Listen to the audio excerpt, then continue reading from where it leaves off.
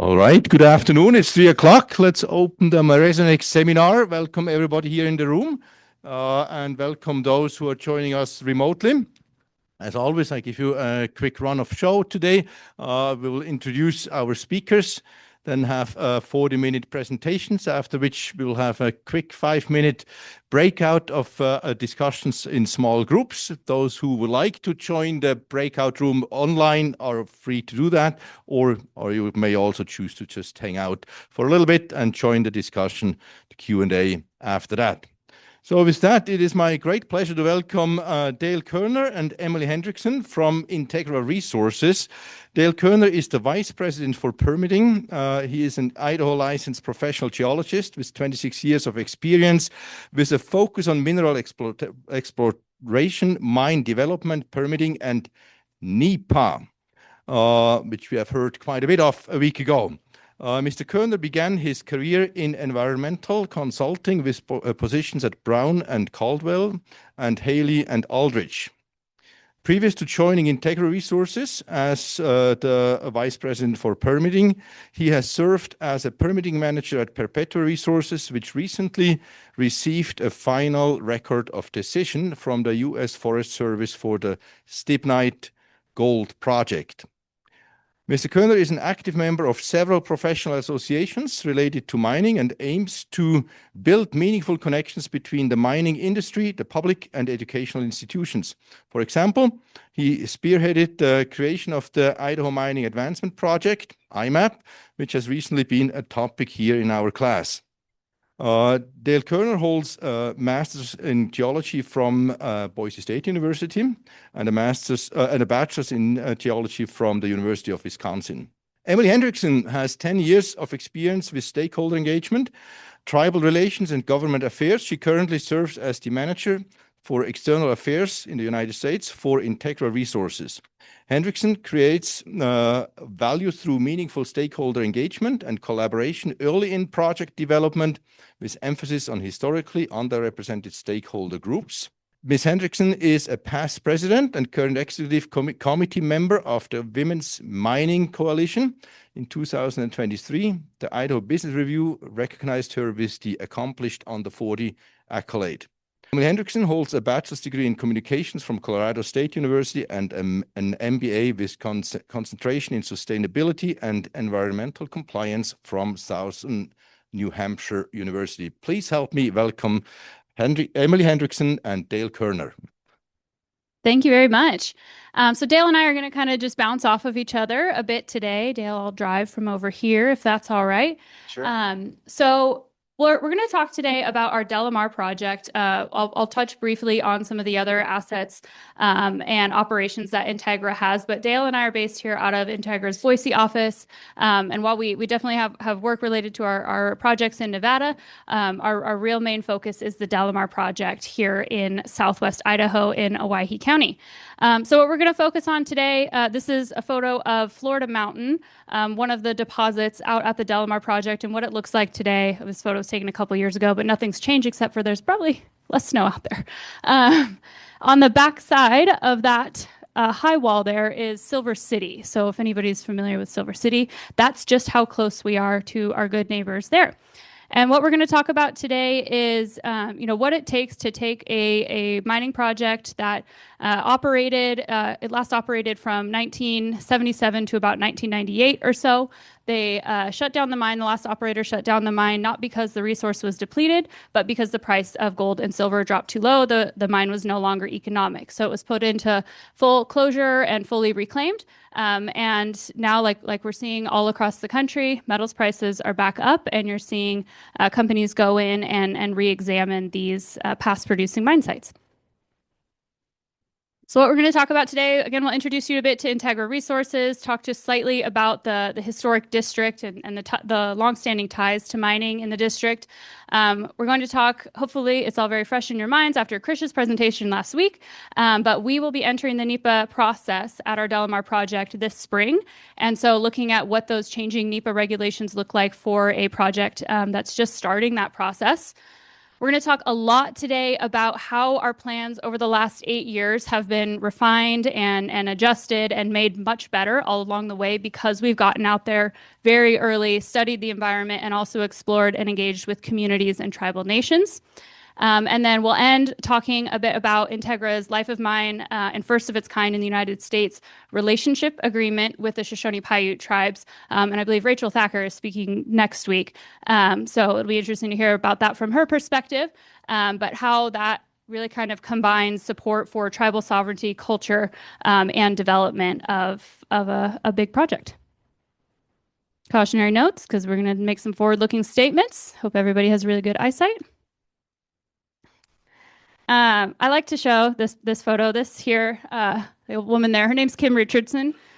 She got cut off a little bit. She was the first female mine superintendent in the United States, and she worked at the DeLamar mine. She drove a VW bus all the way from New Jersey out to Jordan Valley, Oregon, back in the 80s, and she's incredible, and we get to work with her still.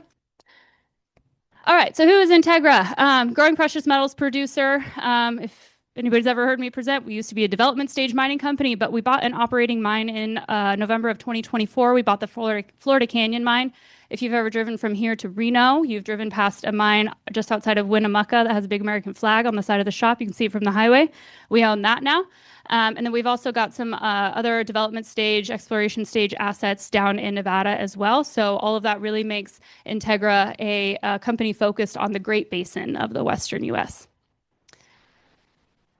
Jump in anytime you want, Dale. I don't mean to steamroll here. You're doing great. But so our DeLamar project, I mentioned, it's here in Southwest Idaho. This map shows the project in relation to some other mines and projects across the state. We acquired the project in November of 2017 from the past owner Kinross. Like I said, it operated from 77 through 98. And we've completed a preliminary economic assessment, pre-feasibility study, and then just recently, at the end of 2025, we released our feasibility study for the project. So that's really exciting to have a project at the FS stage prior to entering permitting. About 5 million ounces of gold equivalent. So, you combine gold and silver together, however many ounces of silver it takes to equate to the value of an ounce of gold. That's what we've got up there. And then we are entering federal permitting this year, and we'll talk about the timeline and what's kind of next with that. This is a better picture, but I just want to, if you want to go to the next one, but. Oh, no. How many people in here know what a PEA is when it comes to mining? Have you guys heard this term? Okay, maybe you have because you've had other speakers in here. I know John, oh my God, I'm blanking on John's name. John Meyer, yeah, was in here and maybe talked about it. But a PEA is a preliminary economic assessment. That's a very rough cut at looking at a mine. You have an idea where a deposit is, and you run some rough numbers to determine if it's even going to be viable based on the resource size. The PFS term that Emily mentioned, this is pre-feasibility study. That's a slightly more detailed look at the economics and then also the engineering viability of a mine. You start taking a deeper look into it. You spend more money taking a deeper look at it with a preliminary feasibility study. And then finally, when you get to the feasibility study, you're well into your mine planning process. We just published a month ago, or when did the FS come out? End of December, and it accompanied an updated version of our mine plan of operations. So feasibility study, you've got things dialed into maybe plus or minus 30 or 40% on your costs, which sounds like a big margin, but it's really not. Mining is a very expensive venture. But anyway, I just wanted to touch on those terms in case they hadn't heard them before. So. Well, and I think it's important, Dale, because, you look at how many millions of dollars has Integra spent doing those 3 highly detailed engineering assessments, advancing, mine features, what the mine plan is going to look like, all of that all along the way. If we were to wait till this point to start talking to people and say, hey, which access road should we use coming to the mine? That plan is 80% baked, right? So it's much better that we started talking to people prior even to that preliminary economic assessment phase so that all of those interests could be incorporated all along the way. And that'll be a big theme of the rest of our presentation. And that last acronym on there, NEPA, I know Krish mentioned it last week. Does anybody remember what it means, NEPA?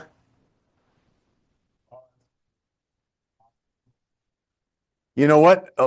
You're very close. It's Policy Act, National Environmental Policy Act. But I don't know how many times I've seen it the other way. But good memory. So, and that's the act that maybe I don't know if Krish got into the history of it, but that was passed became law in 1970. You hear a lot about it nowadays because it seems with every administration it seems to change its form a little bit. But that's the primary approval platform that we're operating under because of our presence on, in part, federal land, in this case BLM. So I just want to make sure we covered all the acronyms.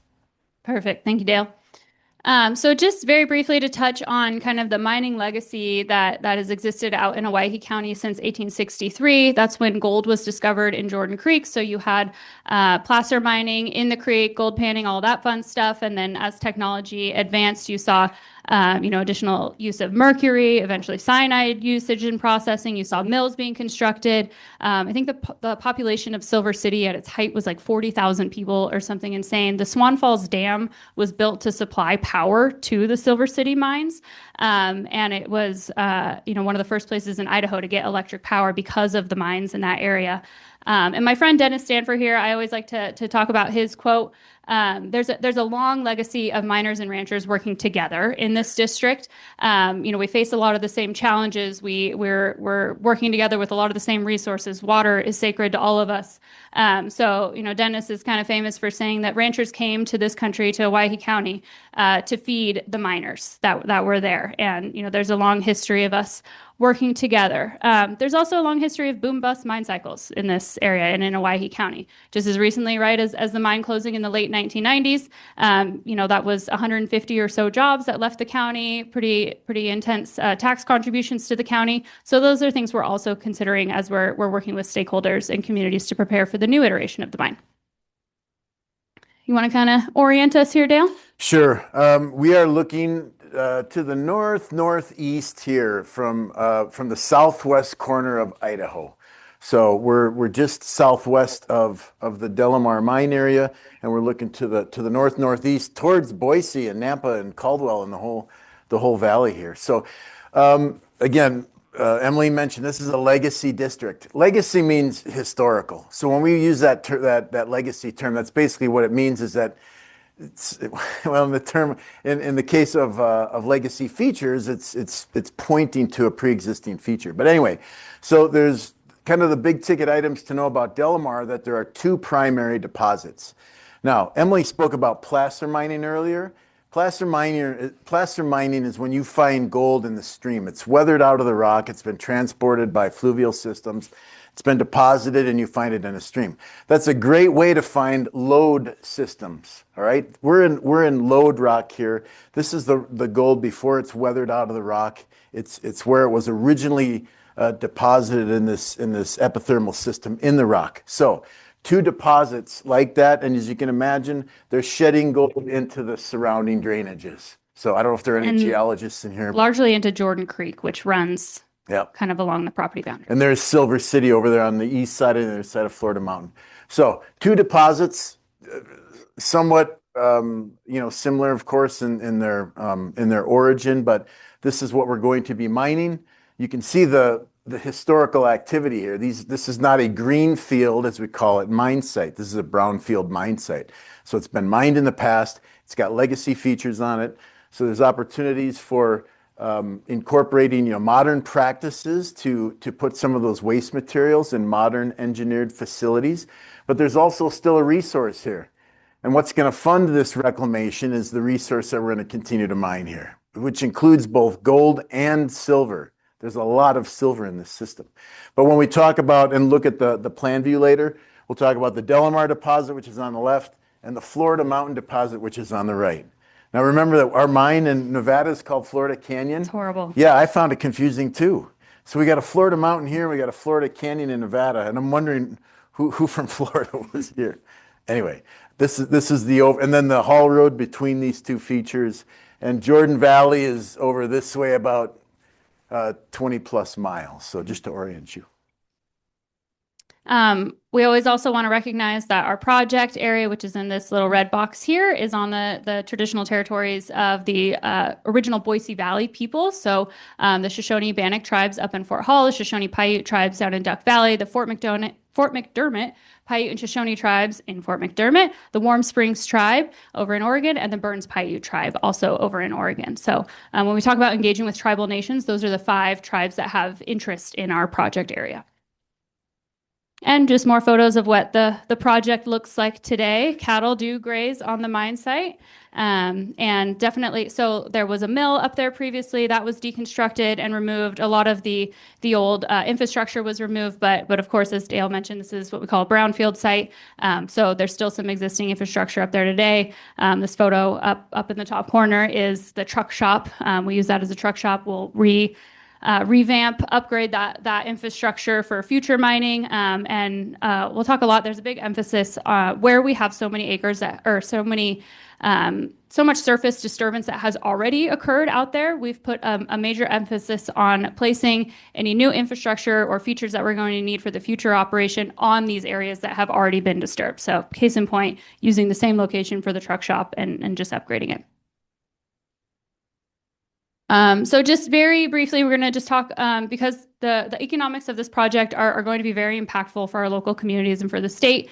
So that feasibility study that Dale mentioned we just released at the end of last year is the best picture we have of the economic kind of contributions of this project and what the economic outlook is.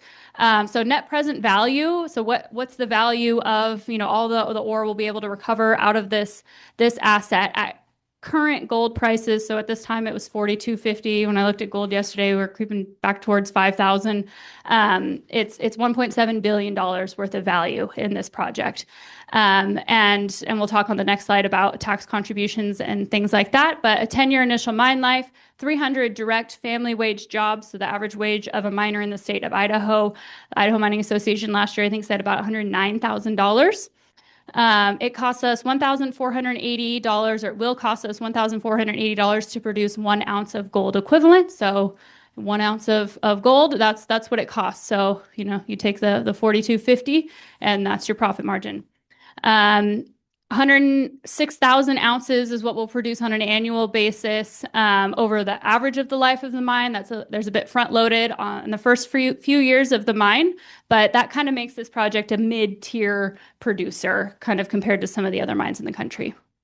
And then total capital investment over the life of the project is about $750 million. So again, major. When we talk about economic outlook, we're working with U of I to do a socioeconomic impact assessment on the project specific to Owyhee and Canyon counties. And that's going to look at things like in-state spend, procurement, contractors, suppliers. There's about 2.67 job multiplier for every 1 job created by the Idaho mining industry. There are 2.67 downstream jobs created. So that's, folks like Krish, who spoke last week, who's a consultant on our project, that all the way down to the coffee shop that opens up in the nearest community, to help service the influx of people. Owyhee County is about the 4th poorest county in the state of Idaho. And the major element of taxes that will flow directly to the county is that personal property tax. So over the life of the project, nearly $30 million in personal property tax. $40.9 million goes to the Idaho mining tax, most of which funds mine reclamation in the state. And then you've got taxes directly to the state and the feds as well. And this is all, before personal income tax, things like that from our employees. We will be the largest tax contributor in Owyhee County within the first year of operation. And then this kind of just outlines some of the next steps, but we're going to talk about that as we keep going. And then my bread and butter, stakeholder engagement. So as I mentioned before, if you wait until your project is pretty well baked to start asking people, hey, what should we be thinking about here? You're already too late. So Integra, our perspective is just as we're exploring in those very early stages for minerals, we should also be exploring our communities as well and understanding what's important to them. And so we've been doing that since 2018. Formal data collection began when I started in 2021. But so you can see each year we've grown our team and expand our outreach. We're engaging with more stakeholders, and we're really my job is not to generate support for this project. I'm not a PR person. I'm not a marketing person. My job is to build relationships with folks in the community and be the conduit of information and priorities between communities and tribes and governments and the company to make sure that we're considering those important interests and resources all along the way. Does that often result in trusting, mutually understanding relationships and a sense of local ownership over the project because people can see their fingerprints on it? Yeah, but that's not the purpose. Our community investment dollars as well, a big focus for Integra is focusing on how can we help our communities prepare to capitalize on the economic opportunities that this project is going to bring. How can we help invest in the resilience and the infrastructure of our communities, to prepare for things like an influx of people coming in and working here? Or what does it look like to work with other employers that we might steal some of their folks because we pay more as a gold mine to help support, other economic interests in the county, supporting local nonprofits that provide important resources to our communities, to our future employees. All of that is incredibly important. Can we take one? Of course. So I love this slide because it illustrates one of these things you see commonly in the news when we talk about how long it takes to permit a mine in the United States. These years of foundational work with stakeholders that Emily has spearheaded, this is essential to mining in the United States. It's absolutely essential. So if you go out and think you're going to develop, because you've got a deposit, if you think you're going to go out and drill it and develop it in 3 or 4 or 5 years, no way. You need this work way ahead of time to support your exploration program, to support your employees living in that community, to support what you're doing. This takes a lot of work. I don't want to say it's behind the scenes because as the next slide shows, it's not. But it's very important to build this foundation for my job, which is permitting the mine. But I couldn't do what I do without what Emily does. And it speaks to the diversity of opportunities in the mining industry for people that might be in journalism or external affairs or graphic design or anything. Anyway, I just thank you, Emily. Public thank you. All right. So let's talk about those changing NEPA implementing procedures. As Dale mentioned, our lead agency is the Bureau of Land Management. So enough of our project is on lands federally managed by the BLM. To federalize the project, we'll go through a full environmental impact assessment. And Dale, do you want to talk through the schedule that's been lined out for us by BLM? Sure. This is fairly hot off the press, but I can't think of anything more exciting than this schedule. But it's actually pretty exciting to us because of the time frame. I mean, if you think about, my last project, Stibnite, from the Mine Plan of Operations, the PRO, came out in September 2016, and the ROD came out in January of 25. It was 100 months. It was over 8 years from the Mine Plan of Operations to the Record of Decision, which is the agency's kind of formal okay. The schedule we're looking at up here, NOI, Notice of Intent to conduct a project conduct a federal action, to the estimated environmental impact statement and Record of Decision, 15 months. Okay, that's very different. So we've got a lot to pack into those 15 months. We are teeing up a lot of the analysis that's going to take place in there with a lot of work and modeling that's being done right now. But what happens in those 15 months? An environmental impact statement, looks at what the impacts are going to be. You probably heard a lot of this from Krish last week, but we've got to look at a full range of resources, from fisheries to soils to air quality to vegetation to water quality. It encompasses a lot of stuff. It's a lot to pack into 15 months, and that's why you got to front end load it with a lot of modeling and investigation and sampling, stuff that's occurred well beyond the fourth quarter, or well before the fourth quarter of 2025. So again, thinking about those opportunities, environmental consultants, geologists, hydrogeologists, geotechnical engineers, chemists, geochemists. There's a lot of opportunity both before, during, and after mines are developed. But this is our project, what the next 18, or next 2 years of our project looks like. Now it looks rather simple. It's not at all, but this is what we're looking forward to. with the BLM on this NEPA action.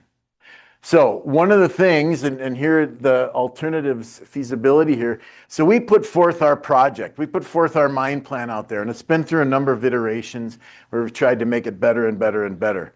One of the things that the federal agency is bound to do through NEPA is look at a range of alternatives to that project. Can it be done better? Can you reduce impacts to water quality, wetlands, wildlife, et cetera? That's what that alternatives analysis is. It's really the core of NEPA, to see if they can do it better and prevent undue degradation. That's the BLM's charge. But anyway, a lot to do. We're gonna have a very exciting 2026 and 2027, and this is what it's gonna be filled with. And when that EIS and ROD come out, that's gonna indicate what the agency selected as a preferred alternative. Hopefully it's ours, because we think it's the best. Maybe somebody comes up with something better. Maybe you will. There's a public scoping opportunity right there. Probably going to be in June of this year. You can comment on this project in the NEPA process and say, I don't think they're doing this right. I think they should do it this way. Well, that's your prerogative as a public commenter. So NEPA is meant to engage the public. It's about getting public input. And whether it's 15 months or 8 years, there's that opportunity to engage. So you got to learn about the project. You got to get into the flow of the activities, but this is what it's all about. And this is that public scoping period is one of these changes to the NEPA implementing procedures. So typically a project would, in between that prepare EIS and that EIS published area, you would have a draft environmental impact statement published, and then there would typically be a second public comment period after that, where the public could review the impacts, the potential impacts that have been analyzed, provide additional comment on that. The BLM responds to those comments. Those two pieces have been removed from our process. So, as Dale mentioned, you do a ton of work, and getting BLM to start that NEPA clock has been a bit of an effort, and we have to provide an insane amount of information on the front end. But on the same vein, we have to also make sure our stakeholders are incredibly informed all along the way. There is nothing saying that once you're in this NEPA process or at any point that the project proponent can't reach out directly to stakeholders and share information about the project, provide insight into all the baselines that were collected and what our plans are. And so that is a lot of what we talk about here. Dale, I'll let you talk a little bit more if you want about the alternatives development, or we can get into that kind of when we get to the heap leach alternative slides. Sure, I like looking at pictures better than... So we'll talk a little bit. I already mentioned that, but the plan that we just submitted after the FS was the heap leach alternative. We submitted the MPO last year. It got approved. We submitted a refined or optimized version of that as a heap leach alternative, and we'll show you what the difference is between the two projects. It's minor, but it affords great environmental benefit. And I'll let you speak to the tribal outreach, but proponent initiative. Well, you should talk about both of these. Okay. I'm going to get out of my depth here pretty quick. All right. Not rocket. So this slide is kind of all about what is Integra doing to help bolster that NEPA process and make sure that at the end of the day, that record of decision that we get is durable, it's well-informed, it's thoughtful. When the next administration comes in, that they don't look at it and say that this wasn't thorough enough or comprehensive enough, or there wasn't enough opportunity for public involvement. So one of the benefits, though, is that there's a push with this administration for proponent prepared and proponent kind of engagement. And so that's what we've done. With tribal nations, there is a requirement for the federal government to do government-to-government consultation. And I'm sure Rachel will talk about that next week, but that is where the BLM goes and sits down with tribal leadership and staff members and talks about our project, and we're not in the room. We are not a part of that process. We also have regular engagement with those same people at those tribes and share information, talk about why decisions were made, get feedback on design and where we place features to avoid cultural resources, things like that. We have also voluntarily initiated with 3 of the tribes have taken us up on the offer to conduct their own Indigenous knowledge studies at the project. And so those are landscape level studies. Typically in an environmental impact statement, you'll have a section that's Native American concerns, and it's pretty short, might be informed by an ethnographic study that typically a white ethnographer, a white anthropologist will conduct literary research on Indigenous peoples and provide a report on that, but often the tribes are left out of that entirely. So the Indigenous Knowledge Studies, we contract directly with the tribes and their cultural and environmental resource staff, elders, traditional knowledge keepers are involved in those studies, and that will really help inform kind of what the Native American concerns are out at the project. We'll talk about regulatory collaboration when we get to the relationship agreement, voluntary cultural resource monitoring. So before we have any requirements or commitments to have tribal cultural resource monitors involved in ground disturbing activities at the site, we invite them out to do so. Just lots of site visits and engagement. And then on the proponent-initiated public involvement piece, because we know that there's only going to be that one public scoping period, we're saying, how can we help to bolster that? So in addition to the 8 years of engagement and outreach and feedback collection and integration, we've also contracted with a neutral third-party contractor who is going to be conducting situational assessment interviews with key stakeholders kind of across the spectrum of interests and providing that as another baseline report to the BLM to say, okay, the proponents done their own outreach, but that could be perceived as not being neutral. So this neutral third party is going to interview our stakeholders and tribal nations, because tribes are not stakeholders, they're rights holders, and say, okay, here are the issues that are kind of raising in concern, and you should be focusing on these during public scoping. And then that contractor will continue to support the agency through that period. We'll also develop a community advisory committee that'll last throughout the life of the mine. All right, so let's get into some pictures, and Dale can walk us through some differences here between our mine plan and our preferred alternative. Now you look at a figure like this, and I've been looking at it for a year now. I started at Integra a year ago, and I've become very familiar with it. And when you just see it like this, it might not mean a lot to you. But what we're essentially doing out at the mine is we're drilling and blasting a bunch of rock. We're taking it out of these pits. We don't have a pointer, do we? Well, the big blue polygon in the center is what's called a heap leach pad.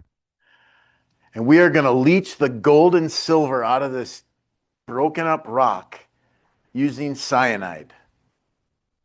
Okay? Cyanide has been used for a long time to leach gold and silver and copper out of rocks, and that's what we're going to be doing here. This is different from my last project, kind of different from my last project, which was dealing with a different type of ore. So here we're going to be dealing with an oxidized ore. So when an ore is oxidized, when it's weathered, that gold and silver is more available, and the cyanide can grab onto it more easily. At stibnite, where you've got a sulfidic ore or a refractory ore, which is where you've got gold encased in a pyritic mineral, you've got to oxidize that mineral before you can get to the gold. Now, when you oxidize a sulfide mineral, or when you apply water to it and dissolve it, what do you generate? Acid, sulfuric acid. So when we talk about acid mine drainage, that's generally associated with sulfidic ore bodies. And I'm not saying we don't have one here, because we do. There's one at depth. But right now we're going to be mining the oxide. And we're going to be piling it up, and we're going to be sprinkling cyanide on it. And we're going to take that, what's called pregnant leach solution. It's this dissolved gold in this cyanide solution. We're going to run it through a bunch of processes to generate a precipitate, and that's going to go through further refining at our Florida Canyon operation, not here. So from a technological standpoint, I don't want to say that it's simple, but it's more simple than if we were mining the sulfides, which again, there is a significant sulfide deposit here. That is not part of this proposal. So we're just looking at the oxidized deposit right now. So the lime green, I showed you the Florida Mountain Pit earlier and the DeLamar Pit. That's we're going to be this is an open pit mine, not an underground mine. There's plenty of underground operations here, and there may be future underground operations here. But for right now, the oxide tends to occur at the top of the deposit. So that's what we're going to be mining first. And then the other facilities that are out here, these include stockpiles and ponds. We got to manage every single drop of water that comes running off of a disturbed surface here. People that think that mining nowadays is just go out and do what you want and let everything run to the river, those things happen, but they generally happen in legacy districts where things have gone wrong and you're dealing with legacy features. These are very well designed. Modern mines are very well designed and highly engineered. And every drop of water that comes into contact with mine materials, we have to collect and treat before we discharge. Anything that comes into contact with that process solution is not discharged. That's fully recycled. It is fully recycled during operations. And then once we're done doing our milling operations, and that water is no longer processed water, then we will treat it and discharge it. But during operations, we do not, that is a zero discharge facility, that cyanide facility. So anyway, so what else can I speak to? Just out of curiosity, I don't know what everybody's majors and all their backgrounds are. Let's say for mining, against mining, or in the middle. Who's for mining? And I don't care. Okay, who's kind of fundamentally against mining, kind of just at your base? Okay, and who's neutral, fairly neutral? All right, okay. Well, and I'm not here to convince you or change your mind. All I'm here to do is educate you about the process or enlighten you about the process. But anyway, this was the mine that we put out in July of 2025. So Emily talked about all this stakeholder interaction, people looking at these early iterations of this mine, getting stakeholder input, et cetera. Then we changed this mine in a fairly fundamental way in what we put in the FS in our more recent heap leach alternative. So it looks pretty much the same. Some of the colors have changed. I had them change the heap leach pad because I didn't want it to look like a lake. But so instead of one heap leach pad in our mine now, we've got two smaller ones. And it's hard to see in plan view what that actually means. But what we did with this leach alternative was we informed the mine planning process with environmental data that we were collecting at the same time. So we've got thousands of acres of ground out here, and we've got to do all these environmental resource surveys.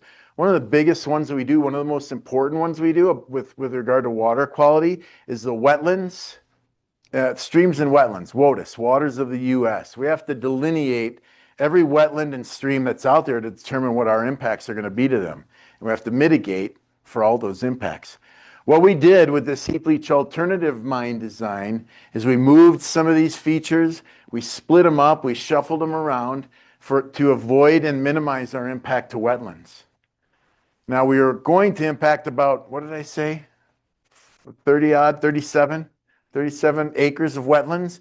And with this new one, I think we've got that down by 8 or 9 acres. Now that doesn't sound like much, but it is. It's a lot. It's about a 30 or a, can't do 22, you said. 22% reduction in wetland acreage. We put 25 on here, but that was before we just got the hot off the press Yeah, numbers. these are hot off the press numbers. But anyway, the point is that the environmental resource data that we collect has to meld with that mine planning process. I mean, biologists and engineers in the same room together. It's a beautiful thing. It's actually not. There's a lot of gnashing of teeth and rending of clothing, but that's what you have to do in the modern mine planning process. You have to inform your process with environmental data to ensure that what you're doing is going to reduce the environmental impacts to the degree possible. Is there going to be environmental impacts from that project? For sure. But we've reduced them to the degree that we can with that additional work. So these are some numbers of those reductions. This is going to be important when we get to the NEPA process because remember, the BLM is going to select a preferred alternative. From what they've got out there, that range of alternatives, they're going to find the one that has the best environmental performance or least environmental impacts. And very likely they're going to select that one. And the heap leach alternative right now is the front runner, which is good for us. Okay, we're going to kind of breeze through these next few slides. I know we're getting close to time. So just again, so these are these yellow kind of quotes here are specific pieces of feedback from stakeholders about resources and concerns that they have very specifically that we've addressed through this heap leach alternative. So minimizing risks to Jordan Creek, which runs just to the north of the project area, pulling that heap leach pad, it shrinks by about half. Really reduces any potential risk to Jordan Creek. reduce dust and emissions, where we have shorter haulage distances from Florida Mountain to that upper heap leach pad and from DeLamar to the lower versus everything going to the one. So you have shorter hauls for your haul trucks, reduced emissions, and reduced dust, which is big. But there are so many places where feedback has been integrated throughout our project design, our future operation, our company's policies, everything else. A few I've highlighted here that I'm just going to run through very, very quickly. But just to be aware, this is incredibly comprehensive, and it doesn't just apply to things that are kind of analyzed through the NEPA process. Dale, 30 seconds. Do you want to talk about an heap process pond? Here's a cross section of a heap leach pad. Remember, we're sprinkling, we're crushing up this rock. We're putting it in a pile. We're sprinkling cyanide solution on it. It's percolating down through that stack. This is on a lined surface, so everything that percolates through it is going to collect on this lined surface and go to normally an external heap leach pond with a bunch of balls on it so the birds don't land on it and die. What we're doing at the DeLamar project is rather innovative, but instead of having an external subaerial pond, we're having an in-heap process pond. So the pregnant solution, the gold-laden, the silver-laden cyanide solution is going to accumulate in a pond that's literally basically a false aquifer, or it's going to be in coarse material at the base of this stack. So we don't have it, exposed subaerially. It's not going to be subject to birds landing on it. Of course, that we've got to take into account the geotechnical considerations for that when you saturate materials. You know what that can bring. So we have to be, we're out there right now collecting geotechnical data to ensure that this is going to be constructed in a very safe manner. I think that was more than 30 seconds, but. Beautiful. Another place where we've integrated that feedback, traffic. So folks will get on a bus somewhere outside of Caldwell-Marsing area, get on a coach bus, all of our employees, and travel on that bus down Highway 95 into Jordan Valley and up back into Idaho to get to the project. And that was a result of feedback from communities about which access route they want us to take, reducing number of vehicles on that road. I don't know if you've driven it, but cell service is pretty spotty and emergency services are pretty limited. So reducing the number of vehicles was important. And then we also initially, there is a route that goes up to the mine this way that was historically used as a secondary access route. We thought Jordan Valley might not want to see all that traffic coming right through town. Why don't we propose and look at this access route? Well, then we talked to Jordan Valley, and they want to see the traffic come through town. They want businesses to, be supported, and the folks on this road really did not want the mine traffic coming up this road. So something we thought like, oh, cool, that would reduce impacts. Let's do that. That's not at all what the stakeholders want. So we went with what they wanted. Another important element here is protecting Silver City's historic viewshed. Sorry if that gets cut off. Right here, you can see this little, actually I've got it circled, this little bit of high wall. So again, you're in Silver City looking toward the west, looking at Florida Mountain. And currently you can see just a bit of that pit high wall in the viewshed. And very important for the Silver City residents that this viewshed be preserved, that we don't take down that mountain and they're looking into a pit, right? So this is what the change is going to be. We rendered these photos after the mine, at the end of the mining sequence that we're proposing. This is what it will look like. So to go back and forth, I say it cleans it up a little bit. So that's been a big priority for us as well. Okay. Do I have like 3 minutes to talk about the relationship agreement? Yes. Okay. Our relationship agreement with the Shoshone-Paiute Tribes is really a cornerstone of everything that we're doing here. This is us in the tribal headquarters with the council and some staff. If you research Canadian impact benefit agreements or benefit sharing agreements, that's what this is modeled after. And what it really does is it aligns our interests with the interests of the tribe. There is this idea that, tribal culture and sovereignty and environment, all of that would have to come at the expense of something like a mining project.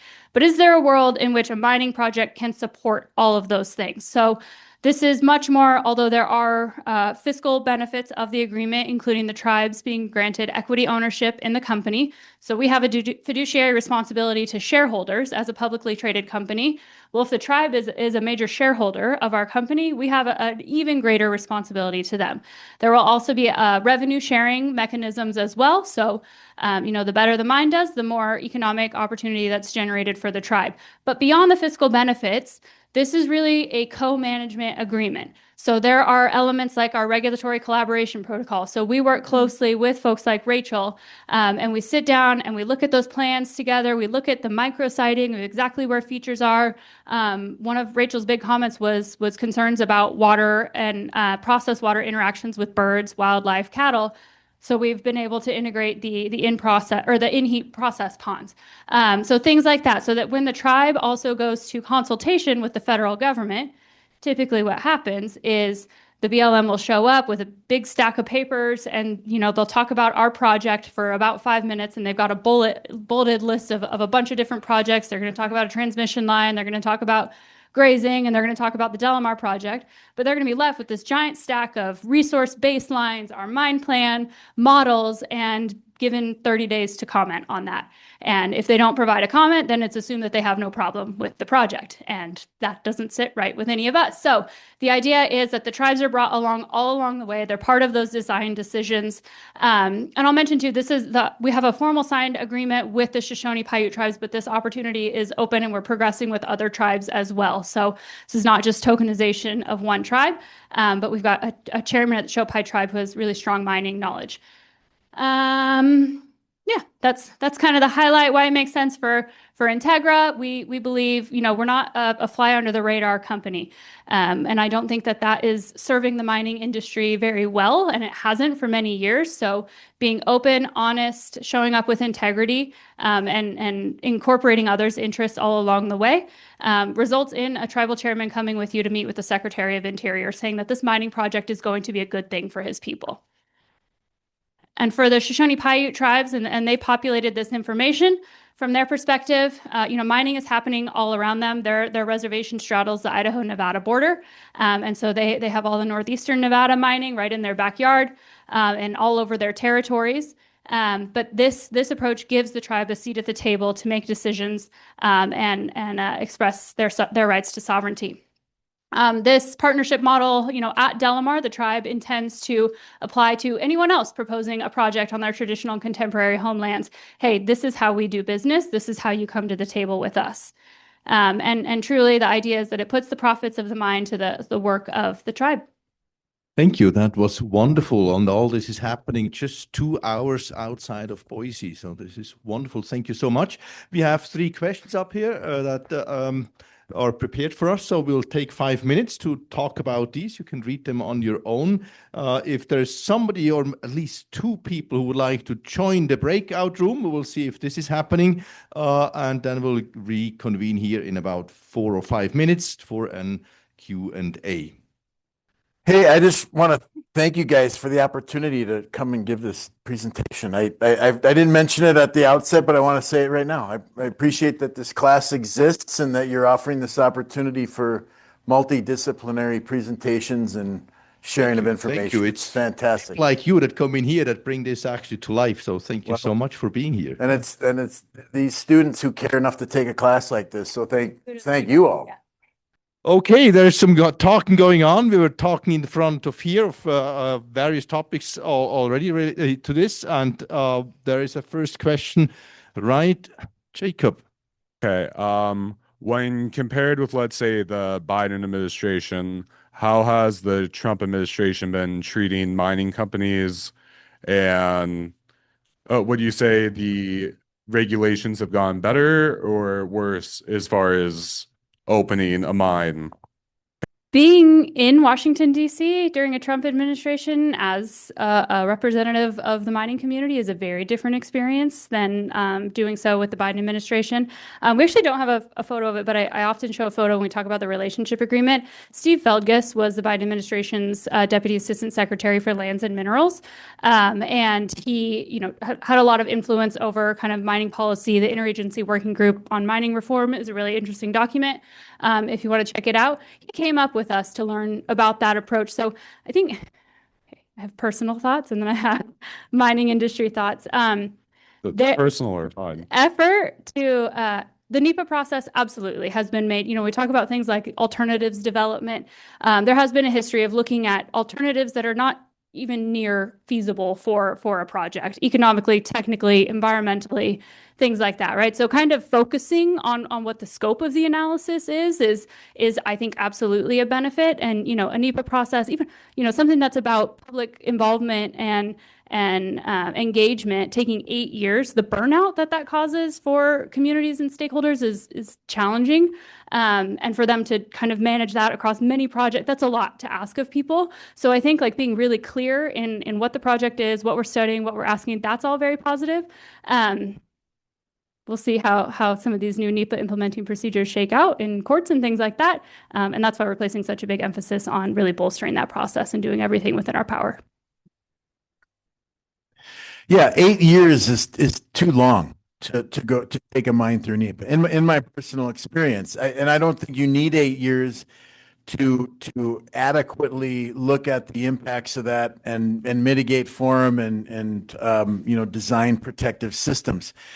Taking that to a completely different extreme maybe is I don't know. I'm hopeful that somewhere we get some sort of not equilibrium, but some sort of medium where we're taking a hard look at these projects, we're applying good science, and rather than just running these things out for 8 years because of fear of litigation, primarily, we're doing them in a reasonable time frame. So I don't know. We're still, this has been around for 50 odd years, and it's still kind of finding its feet, but we'll get there at some point.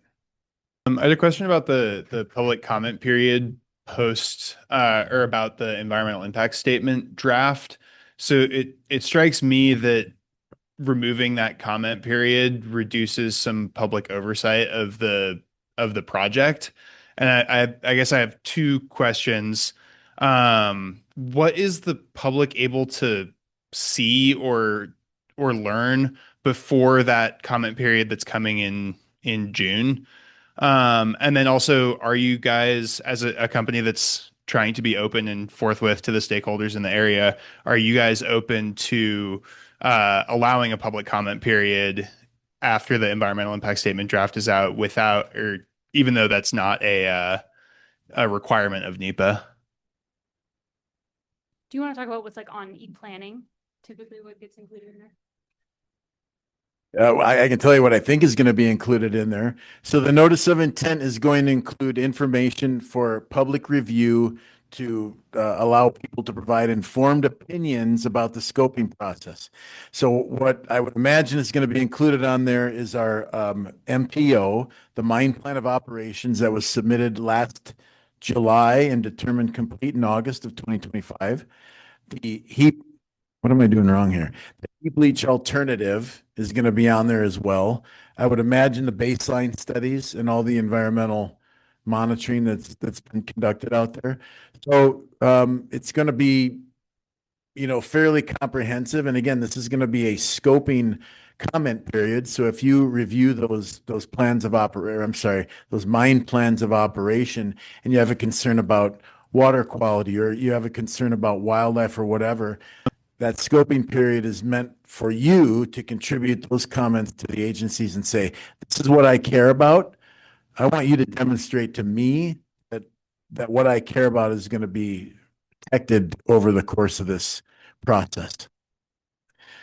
So to the question about the comment period, I'm going to ask Emily to speak to that a little bit, because that's definitely, it's one of our concerns too.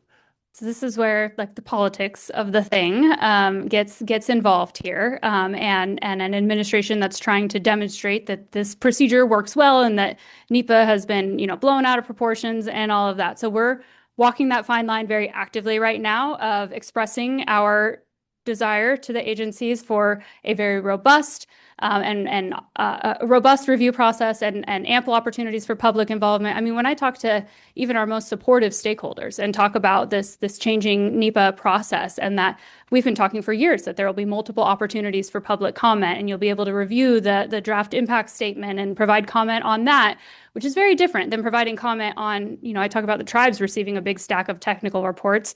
me as someone who doesn't know anything about the mining industry, reading that, how am I supposed to extrapolate what the impacts might be, right? So very valid. We are walking that line of trying to, at the end of the day, it's the agency's decision of how they implement NEPA. And so how much can we continue to try to push for a really robust process? And if not, what else can we do to ensure that the public is involved and informed? Yeah, I guess part of my question is like, I recognize that the act requires that, or no longer requires this, but like you could still do it, right? We can't. Yes. Like, Is that something that Integra is like interested in, is allowing for public comment even that's not required by NEPA?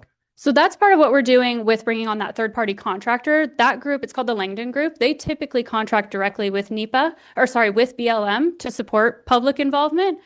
BLM's not hiring that group, so we are. Can I make one more comment about public comment? And note too that NEPA is the tip of the permitting iceberg. So there's more than a dozen state permits that are also going to have public comment periods, and those get down deeper into the weeds of what these impacts are going to be, and that's and what they are relative to the rules and the statutes is non-negotiables. You can comment on those as well. There's going to be a lot of opportunity for commenting on many aspects of this project, and many people are going to take advantage of those opportunities. I would encourage you to learn about what those opportunities are going to be. Maybe you already are informed on that, but there's a lot more to this project than just the NEPA analysis. The state of Idaho has a very robust mine permitting processes and a number of permits to ensure that this project is going to be protective of the environment. I just had a question. So you mentioned that NEPA is meant to kind of, yeah, you can comment on it. It meant to include the public. So I was curious on, I guess I wasn't close enough to the mic. I was curious on how do you go about addressing the public concerns or comments on what you're trying to do? How do you go about like testing or validating them? And once you do that, if you do, are these results public or are they posted somewhere and are they readily accessible? Great questions. And so let's start with what's going to happen with those comments. Those comments are, every one of them is going to be reviewed. And, NEPA is not meant to be a referendum. You're supposed to submit a substantive comment, something that's got some meaning to it. You're addressing an issue or some sort of impact or whatever. It's got to be rather substantive. It can't just be, I love mining, I hate mining. You can submit that comment. Go for it. Do it. I would encourage you to engage at whatever level. But what the agencies are looking for are issues, and they want issues to drive any potential alternative development. So if you bring up a potential issue that maybe somebody hadn't thought of, this mine is going to, I don't know, I can't get imaginative under pressure like this. But if you think of something novel, then the agency may, base an alternative around it. But generally what happens is that the agency looks at that comment, they respond to it, or they group similar comments together and they respond to them. Because you, as a public stakeholder, deserve to know what the answer to that question is. So yes, they are obliged to respond to that, either with, it's a great question, we're going to, develop an alternative around it, or B, this is being addressed through the impacts analysis and development of mitigation measures that we are conducting through our analysis. So we're addressing it in that way. But they can't just make it go away. It's got to be addressed. Thank you. Yep. Hey, Jacoby has the next question.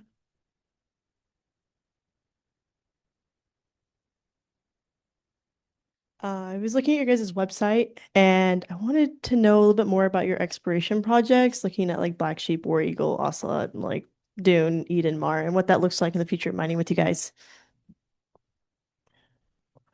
Another good question. Bear in mind, I've been here a year. Those projects are real projects, and we are maintaining those claims.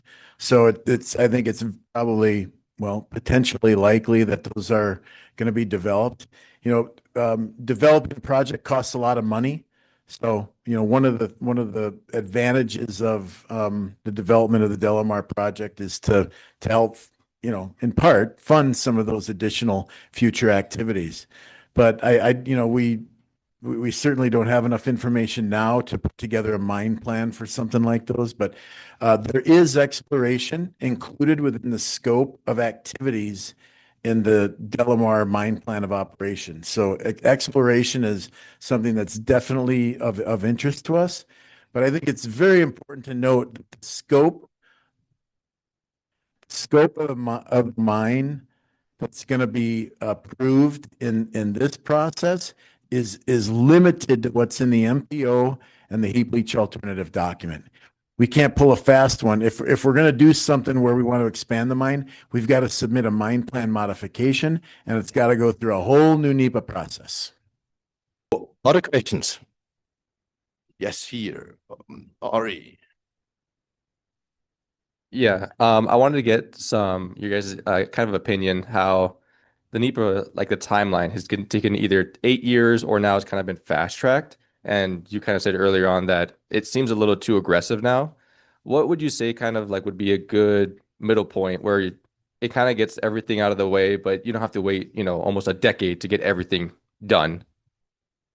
So in July of 2024, there was NEPA guidance issued that mandated a 2-year kind of maximum on the NEPA process.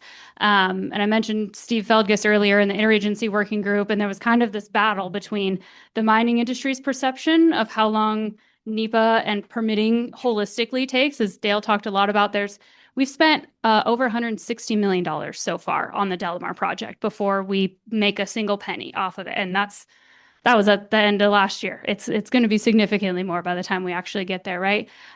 So there's kind of the argument about, well, how much as you shorten those NEPA timelines, you're really front loading that work. The analysis doesn't get cut. You're still doing air quality models and groundwater. You have to have so many quarters of groundwater sampling and full class 3 cultural surveys, and all of the data collection has to happen. So I'm kind of the opinion of, I don't care what shot clock you put on this process.